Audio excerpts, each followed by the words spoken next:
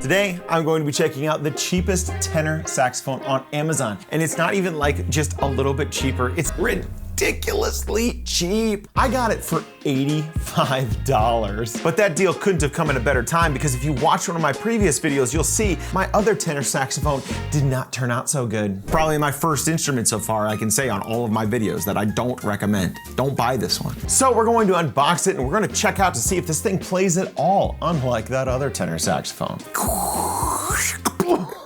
So if you don't know anything about saxophones, $85 for a saxophone is not only probably kind of unheard of for like a new instrument, but it's also kind of ridiculous. So of course I bought it. I fully expect to take this thing out and not have anything work. Every single check mark that I get off on this thing that actually works is gonna be like a big win. Mouthpiece fixed on the cork. Woo! So let's open this thing up and we'll see if the thing will even make any sound. Scissors would be too easy. I cheated. So here's something kind of cool. Inside of the cardboard box is a cardboard box.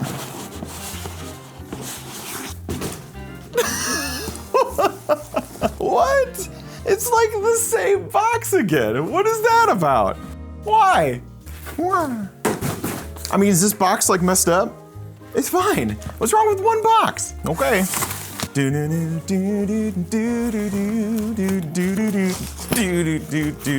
gonna fail at getting it. There we go. Yeah. What do we got? All right, we got Mendini by Cecilia. Oh, we're already winning here. We're already in the lead. This saxophone case has zippers that aren't broken, unlike my Temu one. $85, that's cheaper than the Temu one, and the zippers work. Like any good unboxing, better start with the front zipper. And we're gonna see if there's anything inside of it. Oh, there is. It's funny, there's a little thing about resolving issues and stuff. I just saw on my Amazon that my return window closed 3 days ago. So if this thing turns out to be terrible, I'm just gonna have to use it as like an $85 wall hanging or something. But seriously, $85 for something that looks like a saxophone would be kind of cool to put on the wall. I don't know. We've got our Velcro strip here, like every other case that comes from an Amazon box. We're gonna compare for a second. Here is my cheap Temu case. And if you'll see here, so far, these look pretty darn similar. Are they at all different? I don't think so. They look pretty darn same to me. The only thing I've seen so far that's different is Mendini thought that they'd put their little logo in the middle, where Slade thought that they could put their little logo on the side. So let's go ahead and just say right off the bat, no matter what cheap instrument you're getting, you're probably gonna end up with the same case. But are the instruments the same? Let's find out. Big reveal time. If this is anything like the Temu one, it's gonna be a big old thing of bubble wrap. Ooh, all right, so they did package it differently. We'll start here with this little guy. Little pocket saxophone book. It's the exact same as the alto vid, so if you really wanna see what's inside of that, go check out my alto vid. Next, it comes with a little screwdriver. Screwdrivers are great. You're gonna need a screwdriver for your instrument, and it's nice that they would put it in the case for you so you don't have to go buy one, because you know what? Buying stuff sucks sometimes. I'm gonna put it up here with the rest of my screwdrivers. I'm gonna drop it on my trumpet with the rest of my screwdrivers. This is a nice little cleaning cloth. It's probably the same as all my other Cecilia cleaning cloths, and you know what? It'll clean stuff, like a cleaning cloth, it'll clean stuff. And then they give you the white gloves. Oh, guys, they're not stained. This is like the first 1 and 2 that haven't been stained. All my other ones have been stained. Oh. And unlike that Temu tenor saxophone, this one came with cork grease, which is good because you know what? Saxophones have corks. All right. 85 bucks I spent on this, right? Came with a free metronome. It's the same. And it's the same one that came with that alto saxophone, so I know that it works, and it works pretty good. It's really cool that they put it with it. And you know what? It came with batteries. Batteries are also not super cheap. Think of all the extra stuff we're getting here. Start minusing that from $85 and just see how ridiculous this was as a complete package. All right, this came with 10 tenor saxophone reeds. What I did find about the Cecilia reeds for my alto, they're not good, guys. You're probably gonna wanna get some tenor saxophone reeds. I have another reed here I'll be using if these ones end up sucking, but I'm gonna give them a shot. I'm gonna give them a chance. I've never tried a Cecilia tenor saxophone reed, but you know what? 10 tenor saxophone reeds, that's not gonna be cheap if they end up working. Set these off to the side. we got a gel pack.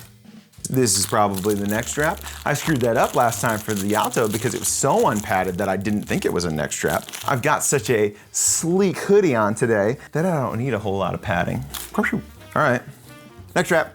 Set that off to the side. And we've got these. So I'll move this over a little bit here. Let me get out of the way. These are the luggage straps, as you'll see from my lovely model over here, sporting his, not only the tenor saxophone case, but he's also sporting the Mad Music hoodie that can be found at shop.madmusic.band. Looking good, buddy. All right, we're gonna start with the neck, and this is going to be the big color reveal. What $85 gets you is a sweet black saxophone. Woo! That's right. When you're looking for these cheap instruments, you always have to look at the different colors. This one was the only one that was ridiculously cheap. The rest of them were pretty cheap too, but for some reason, Sick Black was the only one that was like stupidly on sale. Everybody has like a gold saxophone, who cares? This is cool looking. You know what else is cool looking? Our sponsor for today's video, the LiberNovo Omni. I've had the pleasure of spending multiple days editing at my desk with the Omni, and it has been fantastic. This is the first chair I've sat in that actually helps me sit with better posture. I've always been a big sloucher, but the Omni actually promotes sitting with good posture and feeling right while doing so. Unlike a traditional chair that fails to support posture changes, the Omni dynamically supports your posture with every move. I actually had to raise my monitor height because I was sitting taller. The Bionic FlexFit backrest is one of my favorite features of the chair. The moment I sit down, I can feel my entire back being supported. Not only that, but the chair actually moves along with my movements. Omni's Bionic FlexFit backrest uses an electric motor to adjust to your body in real time, forming an S-curve that supports your spine with every shift and stretch. It's crazy how the chair just feels like it fits me. Another awesome feature is that the seat, backrest, headrest, and armrest are linked together, so that every move you make means the chair moves with you. Nobody was meant to sit the same way all day, so when you inevitably feel the need to shift, the chair will shift right along with you. Oh, and did I mention the Omni will fully recline back to 160 degrees? There are actually 4 different angles you can lock the Omni into. I like to go between 120 degrees when I'm editing, 135 degrees when I'm watching my favorite YouTubers, and 160 degrees when I need to unwind. And what a better way to unwind than with the Omni's built-in Omni Stretch massage feature, which is inspired by spinal decompression techniques and yoga stretches.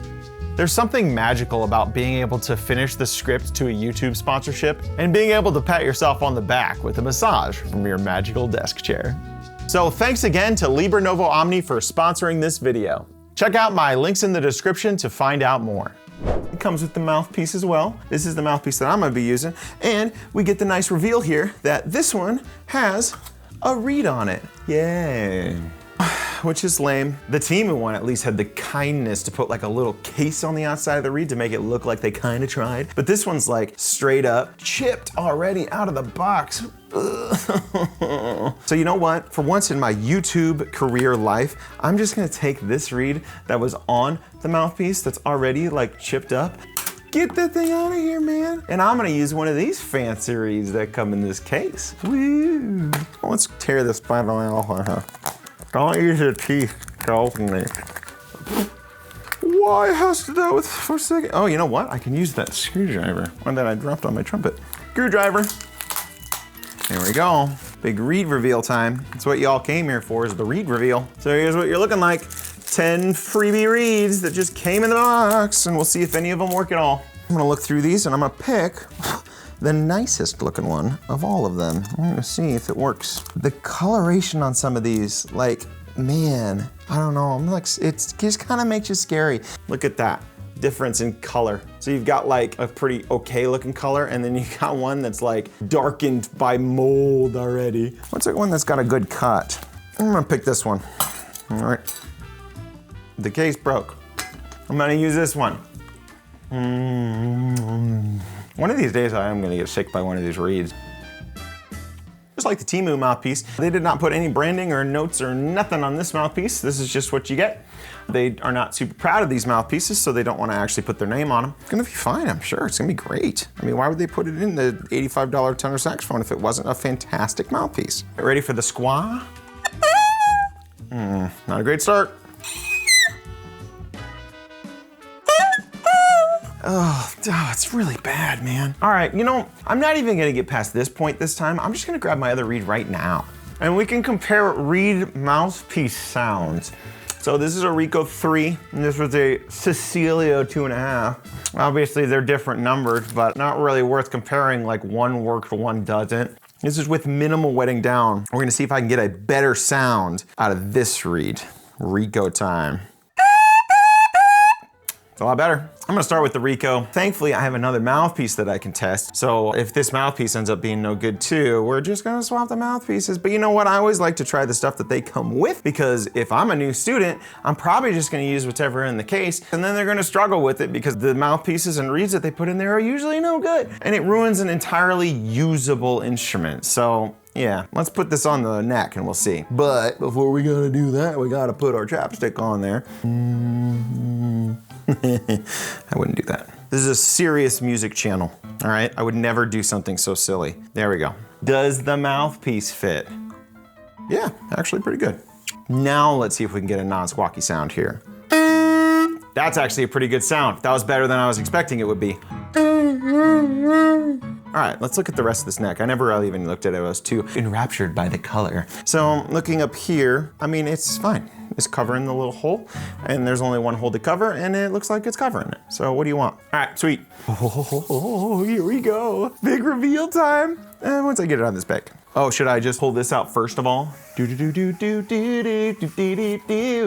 Back scratcher. Whoa, look at the colors on this bad boy. That's like way different than my other one. You know what, my other one's right over here. Here's the color differences. So you got the Temu one over here. For my $85, I kind of like this little multicolor thing on the top. Look at the colors there. Oh, it's like cool, like a, you know, weird shade carpet or whatever. So I'm gonna get rid of the Temu one. Yeah, I mean, I'm gonna get rid of this one too. Now, oh, here we go. Oh man, I hope this one works. This one is really pretty. I love the black color. It's classy looking, and you know what? The pearls are also kind of cool. And whoop, check it out, man. It's so cool. Let me get rid of the case here.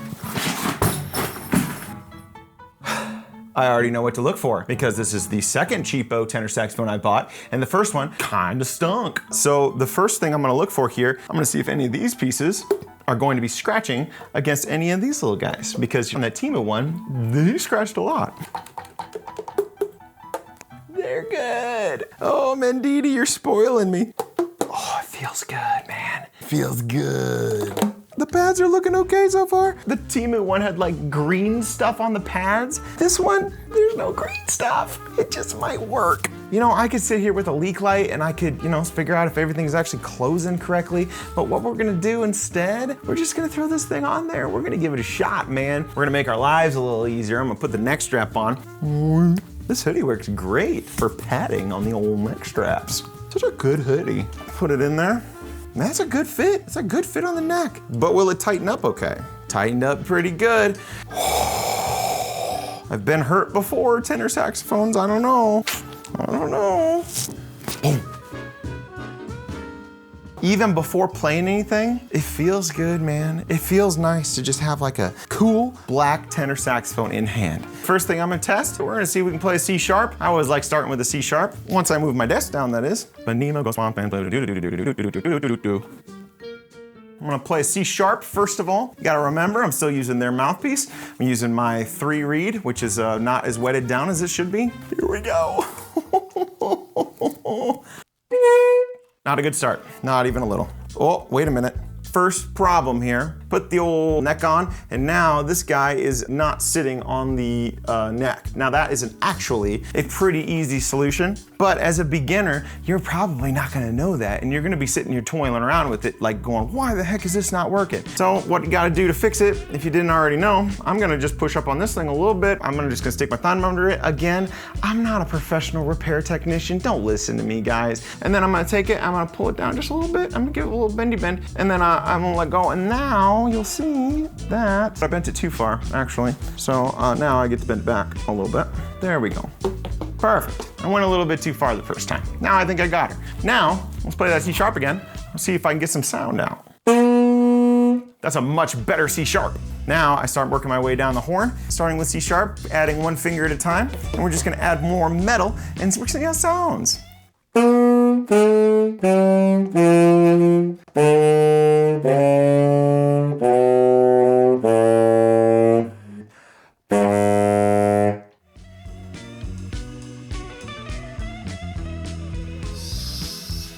So if you guys remember, on that Temu tenor saxophone, I could not get D to work to save my life. I tried over an hour and I could not get the note D to play. And D is a pretty important note on the tenor saxophone. So I am happy to say that I worked my way down the horn and I got the notes to work. So if you're new here, welcome, thank you for coming to the channel. But also you should know that I'm not a main on the saxophone, especially not the tenor saxophone. I can rock an alto pretty darn good. You can check that out with my alto video. As I play this thing, you're probably gonna be like, well, that tenor saxophone doesn't even sound very good. Well, you know what? You give this to a professional, I bet it sound fantastic. But I am not that professional. I'm a band director. So if I can make this thing sound pretty good or even kind of play it all, you know that the horn could actually be maybe a little bit okay. So now I'm gonna tool around some notes, maybe play a little chromatic, and we'll see what it sounds like.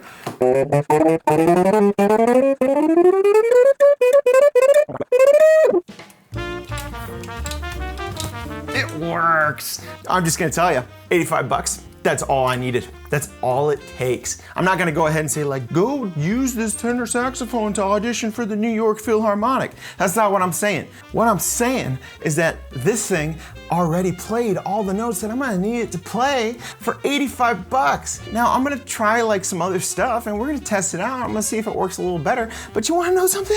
It was 85 bucks. All right, man.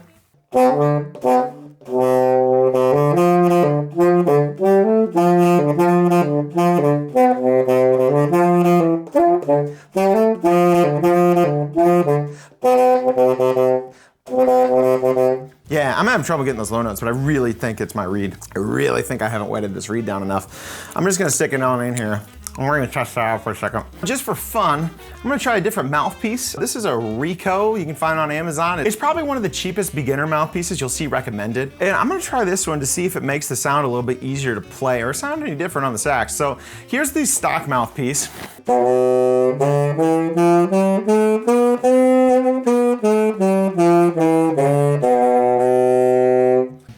Part of that's me, probably. But we'll see. Gonna take the reed off, gonna put on one on. This one has a silver ligature. Ooh. All right, first things first. Beautiful. And here's the Rico mouthpiece. I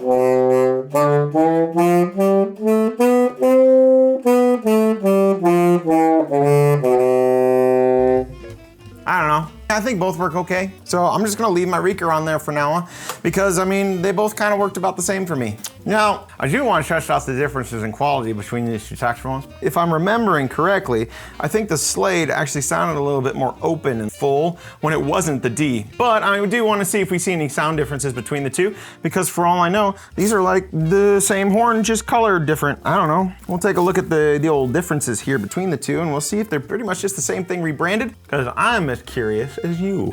This horn betrayed me, made me sad, should be ashamed. Now, to be fair to this Mendini, this Slade tenor was sent in for repairs not once, but twice. Let's see here.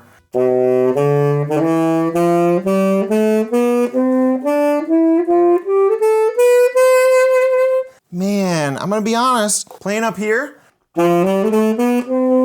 except for the D, is a lot easier on this horn. I mean, it's not a lot easier, but it's like, it's easier. It just kind of comes out. And I think part of the reason would be because I had this thing all adjusted. All the pads were gone through by a repair technician and were actually seated correctly. So what I'm going to say is that it is likely that the Mendini horn right now is rocking some unseated pads. I can see if I can take a look at it myself, but I don't know what my odds are of fixing it.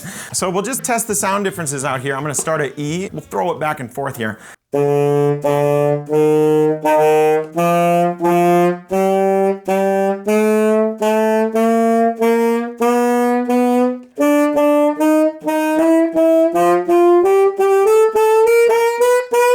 And then here's the magic D. This one was so close. And then here's D.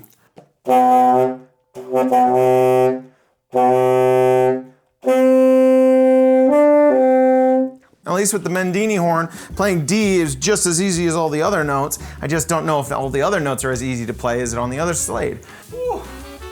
A little more comfortable. So let's see just how much of these saxophones are alike. Now, I'm not looking at color differences, okay? Let's just get that out of the way right now. You know what? I have actually surprisingly found one. Oh my gosh, I'm finding there are differences. As slight as they may be, like look at the curvature on this is not the same as the curvature on that one. Also, you'll see down here on the old pinky guy on the bottom, it's shaped quite differently than the old pinky guy on the bottom of this one. So, I mean, we're looking at some differences. You're looking at the same backs here. They both have this circle thumb pushed off to the right side, which is fine. There are some differences between these horns, which honestly, I'm kind of surprised about. For some reason, I was thinking all of these cheapo Chinese horns would probably be the exact same. They're not. They're different. They're a little different. This little guard over here, it's got some different shapings. You know, even the little flowery patterns on the front, they're different as well. For some reason, I thought that all of these horns were probably just made in the same factory, and they still might be. But you know, they're not the exact same, which is kind of nice. Differentiate a little bit between your cheapo saxophones. But I cannot say the same thing about the cases. The cases were darn near the exact same.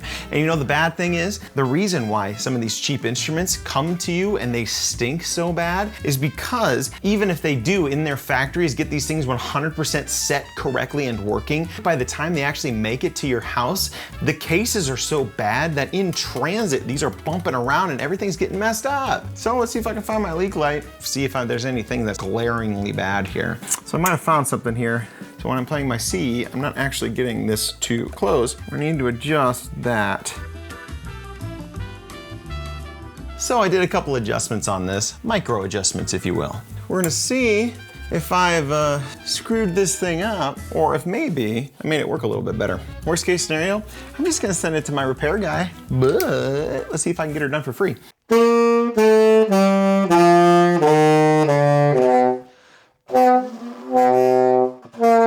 I probably made it worse.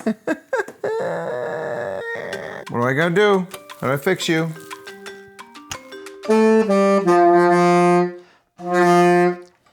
So I feel like there is a couple pads on this thing that just aren't seated correctly. That's making it kind of hard to play. But did it play for $85? It kind of did. I'll send it in, we'll come back, and we'll see if we can get it working. And once again, we fast forward through the future. $41 later, and let's see if we've gotten this thing repaired. This is everything stock. This is gonna be stock mouthpiece, stock ligature, not stock reed, because I'm not a masochist. And let's see if it finally plays now.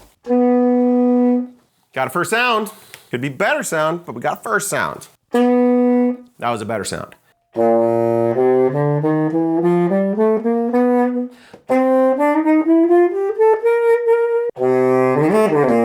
not a fantastic player on this bad boy, but I've gotten all the notes to work. Here's a quick comparison between the two horns I got.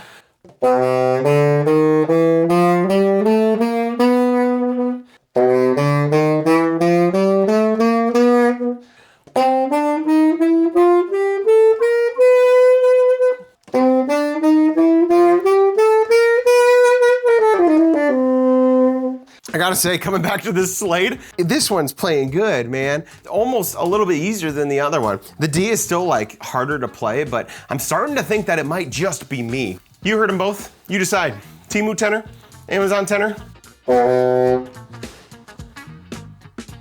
So, there you have it. Would I recommend it?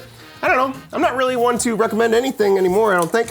I'm gonna say that this has a place and a purpose. Do you know why it has a place and a purpose? Because it was like 80 something dollars, and that's stupidly cheap. As always, like and subscribe. Thank you all down for coming and watching this thing with me. Thank you to my patron of the arts, and don't forget to go and check out the merch store. Ooh.